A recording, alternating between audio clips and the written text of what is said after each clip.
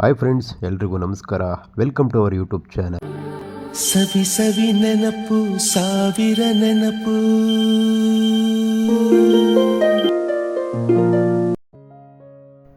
ಎಲ್ಲರಿಗೂ ಹೃತ್ಪೂರ್ವಕ ನಮಸ್ಕಾರ. ನೀವು ಕೇಳ್ತಾ ಇರುವುದು ಸವಿ ಸವಿ ನೆನಪು.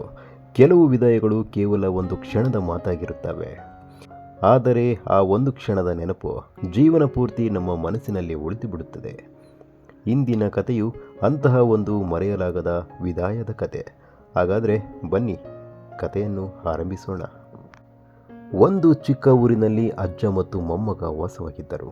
ಮೊಮ್ಮಗನಿಗೆ ತನ್ನ ಅಜ್ಜನೆಂದರೆ ತುಂಬ ಪ್ರೀತಿ. ಪ್ರತಿದಿನ ಶಾಲೆಯಿಂದ ಮನೆಗೆ ಬಂದ ತಕ್ಷಣ ಮೊದಲು ಅಜ್ಜನ ಬಳಿಗೆ ಓಡಿ ಹೋಗುತ್ತಿದ್ದ. ಅಜ್ಜ ಅವನ ಜೊತೆ ಮಾತನಾಡುತ್ತಿದ್ದರು, ಹಳೆಯ ಕಥೆಗಳನ್ನು ಹೇಳುತ್ತಿದ್ದರು. ಕೆಲವೊಮ್ಮೆ ಇಬ್ಬರು ಮನೆಯ ಮುಂದೆ ಕುಳಿತು ಸೂರ್ಯಾಸ್ತವನ್ನು ನೋಡುತ್ತಾ ಸಮಯ ಕಳೆಯುತ್ತಿದ್ದರು. ಒಂದು ದಿನ ಅಜ್ಜನಿಗೆ ತಮ್ಮ ಹಳೆಯ ಊರಿಗೆ ಹೋಗಬೇಕಾಯಿತು. ಹೊರಡುವ ಸಮಯದಲ್ಲಿ ಮೊಮ್ಮಗ ಅಜ್ಜನ ಕೈ ಹಿಡಿದು, ಅಜ್ಜ ಬೇಗ ವಾಪಸ್ ಬನ್ನಿ ಎಂದ. ಅಜ್ಜ ನಗುತ್ತಾ, ಖಂಡಿತ ಕಣೋ, ನಾನು ಬೇಗ ಬರ್ತೇನೆ ಎಂದರು.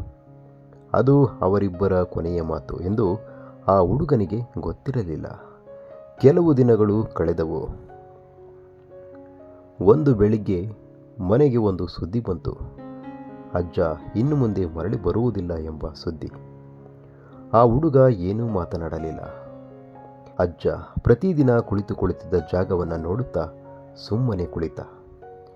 ಕೆಲವು ದಿನಗಳ ನಂತರ ಅವನಿಗೆ ಅಜ್ಜನ ಮಾತು ನೆನಪಾಯಿತು, ನಾನು ಬೇಗ ಬರುತ್ತೀನಿ. ಆ ಮಾತು ನೆನಪಾದಾಗ ಅವನ ಕಣ್ಣಲ್ಲಿ ನೀರು ತುಂಬಿತು. ಅವನಿಗೆ ಆಗ ಒಂದು ಸತ್ಯ ಅರ್ಥವಾಯಿತು. ನಾವು ಪ್ರೀತಿಸುವವರ ಜೊತೆ ಕಳೆದ ಪ್ರತಿಯೊಂದು ಕ್ಷಣವೂ ಅಮೂಲ್ಯ. ಏಕೆಂದರೆ ಎಲ್ಲ ವಿದಾಯಗಳ ನಂತರ ಮತ್ತೆ ಭೇಟಿಯಾಗುತ್ತೇವೆ ಎಂಬ ಖಾತ್ರಿ ಇಲ್ಲ. ಸ್ನೇಹಿತರೆ, ಈ ಕತೆ ನಮಗೆ ಒಂದು ಸಣ್ಣ ಪಾಠವನ್ನು ಕಲಿಸುತ್ತದೆ. ನಮ್ಮ ಜೊತೆ ಇರುವವರನ್ನು ಅವರು ನಮ್ಮ ಜೊತೆ ಇರುವಾಗಲೇ ಪ್ರೀತಿಯಿಂದ ನೋಡಿಕೊಳ್ಳೋಣ. ಮಾತನಾಡಲು ಸಮಯ ಸಿಕ್ಕಾಗ ಮಾತನಾಡೋಣ. ಪ್ರೀತಿ ಹೇಳಬೇಕೆನಿಸಿದಾಗ ಹೇಳಿಬಿಡೋಣ. ಏಕೆಂದರೆ ಕೆಲವು ವಿದಾಯಗಳು ಮತ್ತೆ ಭೇಟಿಯಾಗೋಣ ಎನ್ನುವ ಅವಕಾಶವನ್ನೇ ಕೊಡೋದಿಲ್ಲ. ನಿಮಗೆ ಈ ಕತೆ ಇಷ್ಟವಾಗಿದ್ದರೆ ಸವಿ ಸವಿ ನೆನಪು ಚಾನಲನ್ನು ಸಬ್ಸ್ಕ್ರೈಬ್ ಮಾಡಿ. ಮತ್ತೊಂದು ಸುಂದರ ಕಥೆಯೊಂದಿಗೆ ಮತ್ತೆ ಭೇಟಿಯಾಗೋಣ. ಅಲ್ಲಿಯವರೆಗೆ ನೆನಪುಗಳನ್ನು ಸವಿಯುತ್ತೀರಿ. ಧನ್ಯವಾದಗಳು.